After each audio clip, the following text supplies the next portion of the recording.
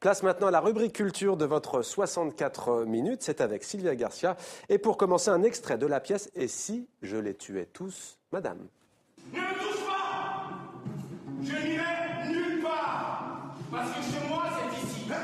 C'est là que j'ai appris à tomber, à me relever, à sortir, à faire toutes les conneries que j'ai citées tout à l'heure. Et qui pour toi, nous devons voir la loi quelque part sur le ciel où les anges n'arrêtent pas de se fouler les pieds en nous pissant dessus, pendant que Dieu donne de sa bonne fatigue, parce qu'il n'a pas arrêté de nous crier.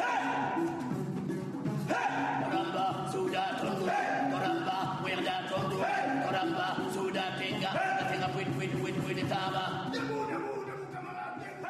Bonsoir Sylvia. Bonsoir Mohamed. Et cette pièce est à voir jusqu'à samedi à la scène internationale francophone du Tarmac. C'est à Paris. Et si je les tuais tous, madame, pièce signée du dramaturge burkinabé Aristide Tarnagda. Portrait d'un homme, quelque part dans une ville, entre un feu rouge et un feu vert. Lamine interpelle une femme au volant de sa voiture et se raconte. La pièce mêle le théâtre à la musique, le hip-hop incisif du groupe Face au combat, aux chansons d'inspiration plus traditionnelle d'Amidou Bonsa. Aristide Tarnagda est l'une des voix théâtrales originales du Burkina Faso. Ses pièces se jouent sur le continent africain, mais pas seulement. La première française de celle-ci s'est jouée à Avignon, c'était l'été dernier. Et dès demain, Sylvia, ça ne vous a pas échappé, le Louvre présente un trésor au public. Dites-nous tout. Pour le coup, le mot n'est pas galvaudé. Il s'agit du trésor de l'abbaye de Saint-Maurice d'Agone, située en Valais, en Suisse. C'est le plus ancien monastère d'Occident, toujours en activité. Le 22 septembre prochain, l'abbaye entamera le jubilé de ses 1500 ans d'existence. Continue, Mohamed. À cette occasion, l'abbaye se refait une petite beauté, une aubaine pour le Louvre qui accueille ce patrimoine de manière tout à fait exceptionnelle. Un trésor qui abrite des pièces inestimables, des pièces choyées au fil des siècles par les religieux. C'est avec grande émotion que je découvre cette exposition ici au Louvre et de retrouver les pièces qui sont confinées chez nous dans un petit trésor. Je l'ai trouvé ici, chaque pièce à sa place, bien choisie. Et c'est vrai que j'étais au bord des larmes quand je suis entré là. C'est émouvant, les pièces qu'on voit tous les jours chez nous, de les voir présentées ici. On peut voir dans l'exposition les pièces majeures qui datent du Moyen-Âge, du trésor, et en particulier des vases précieux, des reliquaires de l'époque mérovingienne et carolingienne qui sont vraiment sans équivalent, qui sont des pièces extraordinaires et dans un état de conservation parfait.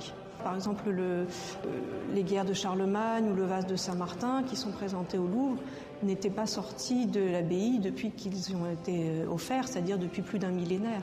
C'est quelque chose qui est, je pense, très, très émouvant de voir des pièces qui sont d'une qualité, qui sont vraiment des chefs-d'œuvre des orfèvres de l'époque, qui ont été parfaitement conservées par les moines puis les chanoines à Agone de manière très pieuse et qui les ont vraiment préservées parfaitement. Ce sont des objets vivants, des objets de culte, des objets qui servent à la liturgie, ce qui leur donne un charme et une force différente d'objets qui maintenant seraient, je dirais, condamnés à vivre dans des vitrines. Et c'est à voir au Louvre dès demain et pendant 3 mois, Mohamed. Voilà, profitons-en. Un voyage dans le temps maintenant avec vous, Sylvia. Souvent, la technologie aujourd'hui inspire les artistes. Haile Docharty en est un bon exemple. Il a incrusté des images du passé sur des images du présent. Vous le voyez ici, regardez bien. Rencontre saisissante entre des peintures classiques et des images modernes des mêmes endroits piochés sur Internet. Paris, New York, Londres, Venise, où l'évolution urbaine est du coup mise en évidence, mais parfois pas si perceptible dans des villes anciennes comme Paris. On voit que ça marche encore. Le travail artistique de Haile Docharty s'est fait remarquer sur le site communautaire Reddit. Il a été repéré par le quotidien britannique The Guardian et le résultat est étonnamment harmonieux.